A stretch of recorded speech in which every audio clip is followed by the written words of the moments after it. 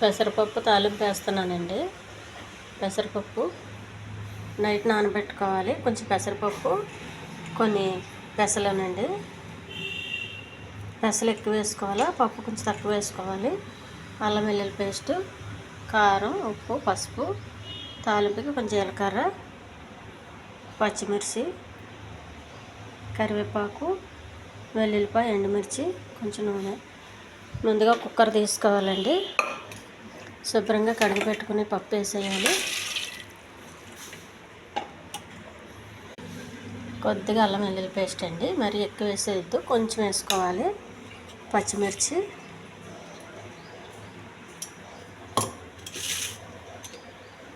కొంచెం ఉప్పు,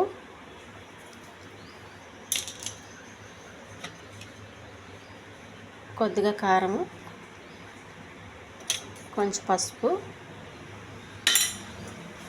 పప్పు ఉడకడానికి కావాల్సిన వాటరు ఒక 2-3 గ్లాసులు వేసుకోవాలండి.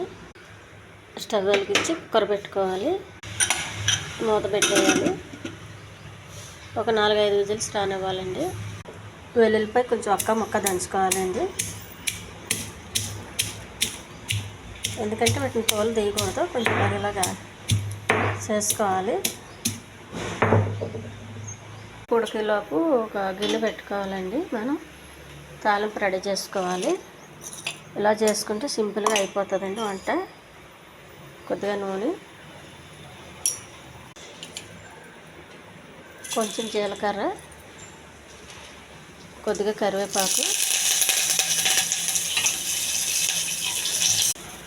వెల్లుల్లిపాయలు, ఎండుమిర్చి తాలింపు రెడీ చేసి పక్కకు పెట్టుకోవాలి.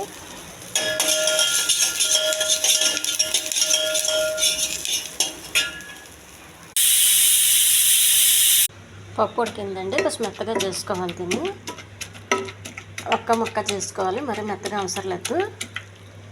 కొంచెం చింతపండు వాటర్ అండి,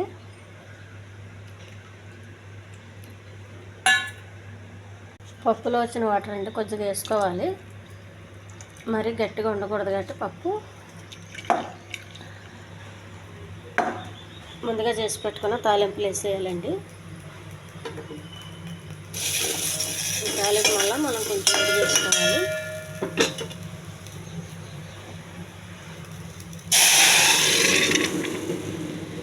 హెల్దీ పప్పు రెడీ అయిపోయిందండి. ఇది అన్నంలోకి చాలా బాగుంటుందండి, చపాతీకి బాగుంటుంది. ఈ ఛానల్ నచ్చితే సబ్స్క్రైబ్ చేయండి, షేర్ చేయండి, లైక్ చేయండి, కామెంట్ చేయండి. చాలా టేస్టీ పప్పు అండి ఇది.